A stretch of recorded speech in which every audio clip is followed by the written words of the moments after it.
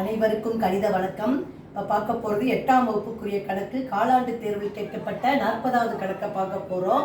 வகுக்க 4m² n³ + 16m⁴ n⁻2 -mn. இதை எதாவது வகுக்கணும் 2mn வகுக்க சொல்லி கொடுத்துருக்காங்க. இந்த கணக்கு பார்த்தீங்கன்னா பயிற்சி 3-2ல் 5ல் 2வது கணக்கு. இப்போ நம்ம என்ன பண்ணிருக்கோம், கொடுக்கப்பட்ட கணக்கை எழுதியிருக்கேன். இப்போ அடுத்து நான் என்ன செய்ய போகிறேன், முதல் ஸ்டெப்பு பார்த்தீங்கன்னா 4m⁴ n⁻3 கீழே டிவைடட் பை ஒவ்வொரு தனித்தனியாக எடுத்துக்கிறோம், ஒவ்வொரு உறுப்பா 2mn. அடுத்து என்ன இருக்குது, ப்ளஸ் கூட்டிகிட்டு இருக்கு 16m⁴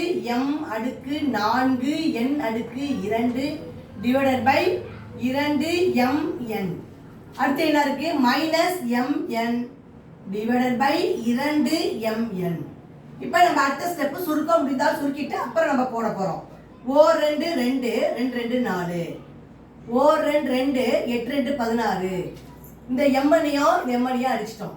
இப்போ இருக்கிறது மிச்சம் இருக்கிறது எப்படின்னு பாருங்க. 2 அப்படியே போட்டுக்கிறேன், m⁴ கீழே ஒரு m இருக்கு. இந்த வகுத்தல் விதினாவே என்ன செய்யணும், அடுக்குகளை கழிக்க வேண்டும். அப்ப 2 -1. அடுத்து n⁻3 மேல இருக்கு, கீழே 1 இருக்கு, -1. அடுத்து பிளஸ் குறியீடை போட்டுக்கிறேன். இப்ப மேல என்ன இருக்கு, 8 இருக்கு, m⁴ கீழே 1 இருக்கு, இப்ப -1.